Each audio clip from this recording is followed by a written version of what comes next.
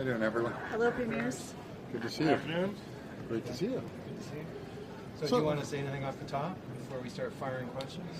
Well, I'm fortunate to have Premier Houston down here with me, and we had a great conversation, not only with the ambassador, but the governor of Georgia, Governor Kemp, a great individual. We're off to meet the governor of New York and governor of Vermont.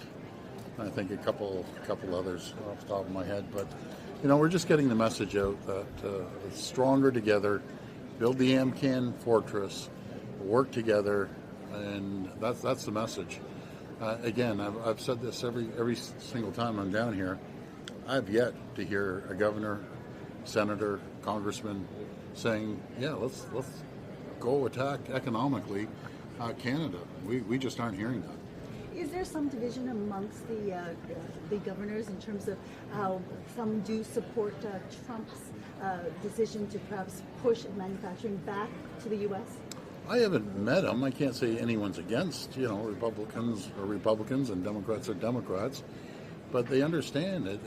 I always say a tariff on Canada is a tax on Americans, and that's what it is. It's going to create inflation. Plants are going to close on both sides of the border, and it's going to hurt the economy. And unfortunately, until, as Premier Houston says, until you touch the stove and you get burnt, you won't realize it. Well, I'll pass it over to you, Tim. Yeah, I think there's a lot of respect for the relationship between our two countries, long-standing. These are friendly, good neighbors, friends, family ties, all kinds. So there's a lot of respect for the relationship, but there's also the president is the president, so there's some of that as well. But we just continue to push the message that we want to work together, we support each other in business and just in so many different ways. We also share concerns around the border. We share concern. Nobody wants fentanyl in our community, so we have a lot that we share. We're just kind of reminding people that we're in this together. Are you getting any indication about what Trump wants before the next deadline? Is anyone telling you? That's the ironic thing. No one down here knows what he wants, and we don't know what he wants. Let's sit down and negotiate. What's a win for you? Simple as that. Tell us the win. And we'll work around different areas of the economy. But what's shocking to me is how misinformed a lot of elected officials down here, how critical Canada plays in their economy and their critical minerals and their energy in manufacturing, aluminum and nickel and potash and uranium. So when we tell them all this, they're like, wow, we didn't realize this. Do you think that there's any sort of the tide is shifting or there's any sort of breakthrough moment on the horizon at this point? You guys have been down here twice now in a month. Are you starting to see any results or any sort of shift toward the Canadian position? Well, the good thing is they know we've been down here. And they know our ministers have been down here, the premiers have been down here. We're down here again, so it's on the radar, and that's very important. But again, I'm being honest, no one knows what he wants, including elected officials down here. And they're being honest. They're being really kind. Like Tim was saying, they treat you like gold. Do you need to, just want to ask that if I can jump in, do you feel like you need to show the voters at home some kind of a win by next Thursday? Because so far it seems like you're beating your head against the wall a little bit. Well, no, something, Rod, totally disagree. After the election, win or lose, I'm coming back down here. It's all about communication, building relationships. When you get someone's cell phone number, a very important governor, and you can pick that phone up and talk to them when the crunch comes, that is so important. And I think 8 hours doesn't make a difference. I'll be heading back tonight. The governor of Vermont, has launched a multi-agency assessment of the impact of tariffs. Is that something you wish all border governors in particular would be doing? Funny, Premier Houston and I are going to meet the governor of Vermont very shortly, so we'll have that conversation, and we'll be meeting the governor of New York, big state, big trading partner. But it's really exactly what you said.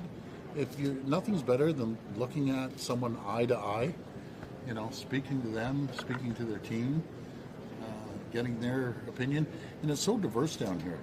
New York is different than California, that's different from Florida, different than North Dakota. So it's very interesting. Sorry, Tim. Yeah, go ahead. No, it's an ongoing discussion. That's what I was saying, and I think Canadians, you see the national pride that's swelling up right now. So this is on the minds of Canadians. It's on the minds of the premiers. It's on the minds of the federal government, and I think Canadians should know that we're doing what we can under the circumstances, and what we can do is, I think, take the president at his word on the things that he's concerned about, like the border, like fentanyl, like the NATO commitment. We can respond to that. And I think as a country we have been, and also just make sure that we continue to educate people as to the impact on Americans of the tariffs with the rising costs and inflation. But and obviously we'll have an impact in Canada as well. But I believe we'll get through this. This is a relationship that has survived a couple hundred years, depressions, wars, all kinds of highs and lows in the relationship, and I believe we'll get through this, and we'll just do everything we can to make sure we get through it faster. What is Ontario willing to Can you elaborate remove? on what was asked about the NATO commitment? What was asked? That's just in today's meetings. That wasn't a specific discussion point, but just in general terms, protect our border. I think that's in the interest of Canadians. Canadians support that, and I think there's been a very significant effort towards that Canadians can be proud of. Do everything we can to eradicate fentanyl. I think that's really important. But obviously, the United States wants Canada to honor its NATO commitment, and they're not alone in that. And Canadians, I grew up in a military family, and that's not uncommon in our country. So I think Canadians want us to honor that commitment sooner rather than later as well. So there's movement on all those things, and I think it's really important that we as premiers and as elected officials and leaders continue to educate people as to the amount of movement that's happening, and it is significant. We are responding. The NATO commitment is not 2% anymore. It is above that. Is that being asked for a higher? Well, I haven't heard anyone pushing the higher number. Has anyone you met with promised to bring your message to the president himself? I apologize. Sorry, has anyone you've met with promised to bring your message to the president himself? Who? Yes. Who has said that? Well, the deputy chiefs that we met last time, and a lot of people that are close to the president, no matter if it's a senator or a governor, they're well aware that we're down here, and we just have to get through this, get this USMCA move forward as quickly as possible. We need certainty, because without certainty, a lot of companies are wavering back and forth. So that's what we'd like to do, is get this USMCA move forward as quickly as possible. Why do you think that would bring There's a March certainty? 4th deadline for this first round of tariffs, but the way that President Trump has set things up, okay, you've got the March 4th deadline for tariffs, and then you've got potential tariffs on steel and aluminum, and then you've got potential tariffs on the auto sector. It's layer after layer after layer. How do you, or how does Canada get out of this cycle of threat and deterrence? It's like How do you a get out of it? A slow rollout he's doing constantly, and once we we take care of one thing, then all of a sudden the goalpost changes again. So how do you get out of that? Well, you just have to eventually, when the tariffs come, we have to hit them tariff to tariff, dollar for dollar. Ultimately, And by the way, I just ultimately want to it's a say, renegotiation of the underlying. But we already do have the underlying contract and he's violating it. So what gives you any confidence that would actually bring an end to this? I think the best, the most productive way forward is to get people around the table and put facts on the table and just Have you met- deal with people. Yeah. Have you met any Republicans who agree with you on tariffs and free trade? that agree on tariffs. Agree with your position that there shouldn't be any? Yeah, I think they just want a mutual, I rewarding think relationship. in That's what they general, want. there's a lot of respect for Canada, and there's a lot of sympathy for what's even some of the people certainly that I speak to that may agree with tariffs. Once you get there, then you're talking about, well, on who, how much. So there's so many moving parts to it. But as I say, the most productive thing we can do for Canadians on behalf of Canadians is just continue to stress how tightly integrated our economies are and how important the relationship is. And I would say that is working.